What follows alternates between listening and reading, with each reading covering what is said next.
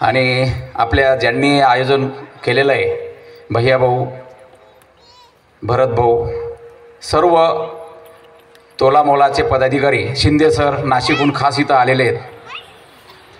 आणि माझ्यासमोर उपस्थित माझ्या टोकरे कोळी समाज बांधवांना, आया बहिणींनो आणि गावातले पण मंडळी उपस्थित आहे.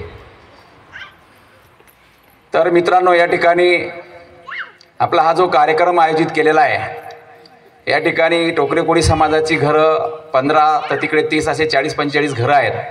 पण तरी पण तुमचा उत्साह पाहून, कारण तरवाड्याला मी पहिल्यांदा आलो आहे, म्हणजे इकडनं जाणं येणं नेहमी असायचं, परंतु तरवाडे गावामध्ये कार्यक्रमाला बाळासाहेब मी पहिल्यांदा आलेलो आहे. आणि मित्रांनो, ही जी गावं आहेत, आता आपल्या जितू भाऊंनी, सरपंचाचे प्रतिनिधी, त्यांनी सांगितलं की वो कोळी समाजावरती.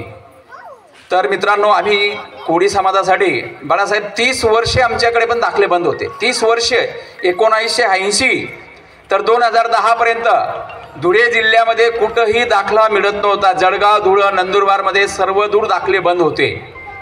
आम्ही 2009ला चळवळ उभी केली आणि 2010 पासून दाखले सुरू झालेले आहेत टोकरे कोळीचे.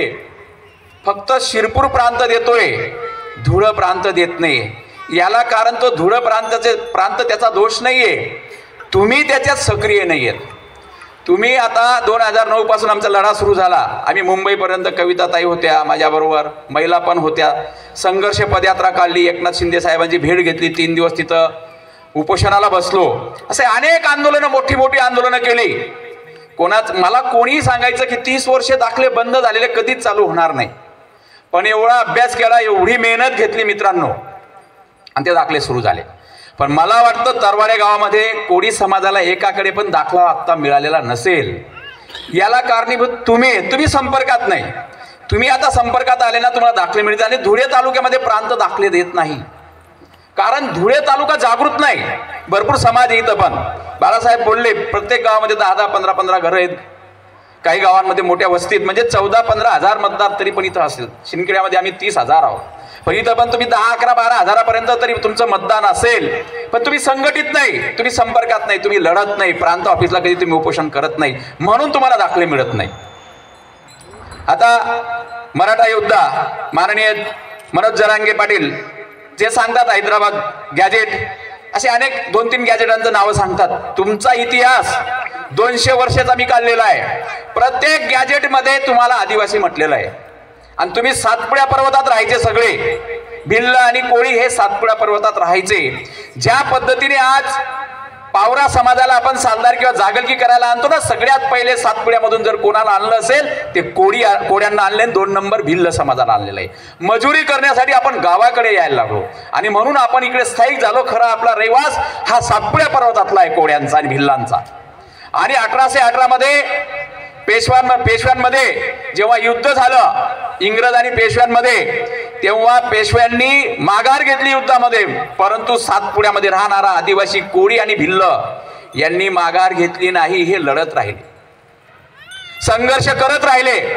भिल्ल आणि कोळी हे एकच जात. कोळ्यांची उपजमात भिल्ल आहे, भिल्ली वेगळी नाही, एकलव्य वेगळे नाही. तुम्ही ज्ञानेश्वरी वाचा, त्याच्यात दिलेलं आहे.